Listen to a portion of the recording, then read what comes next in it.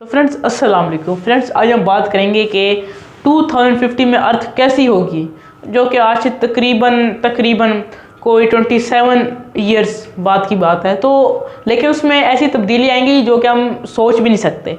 ठीक है, पहली बात तो है क्लाइमेट चेंज। अब क्लाइमेट चेंज, इसके जो आबो हवा है उसके अंदर जो मॉइस्चर है वो तो ऑलमोस्ट ख़त्म हो जाएगा, नमी ख़त्म हो जाएगी, जिसकी वजह से बारिशें नहीं होंगी। क्योंकि नमी होती है तो बारिश होती है, लेकिन अगर नमी हम बिल्कुल ख़त्म कर दें तो बारिशें बिल्कुल ख़त्म हो जाएंगी। ठीक है, क्योंकि उसकी वजह है कि जिस तरह हम गैसेस रिलीज़ कर रहे हैं तो नमी की कोई जगह ही नहीं बची, क्योंकि नमी उन इलाकों में होती है। ऐसे क्लाइमेट में उनके लिए होना ज़रूरी है नमी का, कि जहाँ पर थोड़ा बहुत जो है टेम्परेचर कूल हो जाता हो। ठीक है, जैसे पाकिस्तान में कुछ इलाकों में टेम्परेचर कूल हो जाता है, जिसकी वजह से वहाँ पर मूनसून विंड्स बनती हैं। ठीक है, लेकिन अगर पूरी दुनिया ही गर्म हो जाए एक साथ तो कहीं नमी की जगह नहीं बचेगी और बारिशें नहीं होंगी। कहीं वैसे हो जाए तो वो फिर और बात है, लेकिन पूरी दुनिया में उतनी बारिश होंगी जितनी आजकल सहरा में होती हैं, मतलब इतनी तब्दीली आ जाएगी। अच्छा, उसके बाद ओशंस। अब ओशंस जो हैं उनका जो लेवल है वो बहुत राइज हो जाएगा 2050 में, क्योंकि टेम्परेचर जो है अगर 1 डिग्री भी बढ़ जाता है तो वाटर जो है वो फैल जाता है। ठीक है, अब दो स्टेज होती है। एक तो बिल्कुल वाटर वेपर्स बन के उड़ जाए, एक स्टेज होती है कि वो स्ट्रेच हो जाए, उसके जो मैस है वो बढ़ जाए। ठीक है, वो अपने आप को स्ट्रेच कर ले। जैसे अब वाटर के मॉलिक्यूल हैं, अगर वो एक साथ अगर उनको ज़्यादा हीट मिलेगी तो वो दूर हो जाएंगे। ठीक है, तो वो दूर हो जाएंगे। ठीक है, इससे क्या होगा कि ओशन का जो लेवल है वो बहुत हद तक राइज हो जाएगा और उससे एक बड़ा सैलाब आने का भी ख़तरा है कि अगर ऐसा होगा, क्योंकि ये हमारी ज़मीन से 10 फीट तक ऊपर पानी आने का खदशा है 2050 में।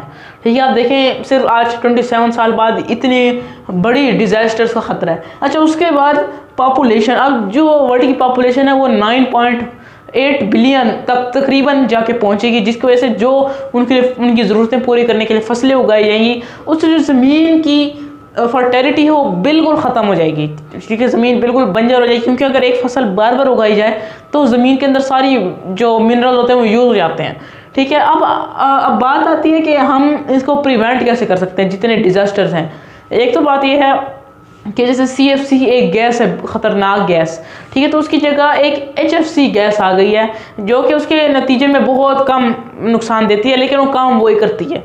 ठीक है, इसका मतलब है कि अगर हम दिमाग थोड़ा सा जोर दें तो ऐसी बहुत सी चीज़ें निकल आएंगी जो कि नुकसान इतना ना दें।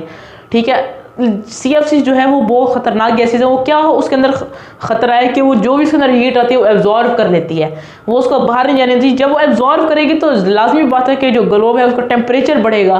ठीक है, और ग्लोबल वार्मिंग होगी। ठीक है, लेकिन जो HFC है वो बिल्कुल वही काम करती है। उसके अंदर एक एक्स्ट्रा चीज़ होती है, हाइड्रोजन। तो हाइड्रोजन जब उसके अंदर डालते हैं कि उसके अंदर जितनी भी हीट आती है वो रिफ्लेक्ट हो जाती है, इसलिए वो बिना कोई नुकसान दिए बगैर ही फ़िज़ा में चली जाती है। ठीक है, उसका इतना कोई नुकसान नहीं होता। तो देखें, अब ये एक हल तो निकल आया। अब ज़्यादातर जो मसले हैं वो CFC की वजह से। अगर हम HFC यूज़ करें तो बिल्कुल कोई ख़तरा नहीं होगा, लेकिन HFC की हमारे पाकिस्तान में एक सिलेंडर तकरीबन 10 लाख का आता है HFC का, वो लेगा, या कोई अगर 10,000 में कोई 10 बोरे आते हैं CFC के, या वो लेगा। ठीक है, हमें चाहिए कि हमारी पाकिस्तान की बुरी आदत है कि जो भी चीज़ फ़ायदेमंद होती है किसी भी तरीके से, उसका इकोसिस्टम अच्छा है जो है, वो कीमतें आसमानों पे चढ़ा देते हैं। ठीक है, हालांकि ये उसकी कीमत सबसे लो रखनी चाहिए, क्योंकि लोग ले ही वही चीज़ जो कि कम नुकसानदेह है। और तकरीबन ये रिसर्च साबित है कि जितना नुकसान 60% अकेला पाकिस्तान और इंडिया, ये जितना सब कॉन्टिनेंट है ये कर रहा है दुनिया का, उतना कोई कर ही नहीं रहा। तकरीबन 70% नुकसान सिर्फ सब कॉन्टिनेंट कर रहा है दुनिया का, क्योंकि जिस तरह वो गैसेज रिलीज़ कर रहा है, ठीक है, जिस तरह वो कार्बन डाइऑक्साइड प्रोड्यूस कर रहा है, ठीक है, बिल्कुल अन्यवाह बिल्कुल। तो जिसकी वजह से जो टेम्परेचर है वो बहुत राइज हो रहा है। ठीक है, बाकी कोई कंट्री इतना कोई मसला पैदा नहीं कर रहा जितना सब कॉन्टिनेंट कर रहा है।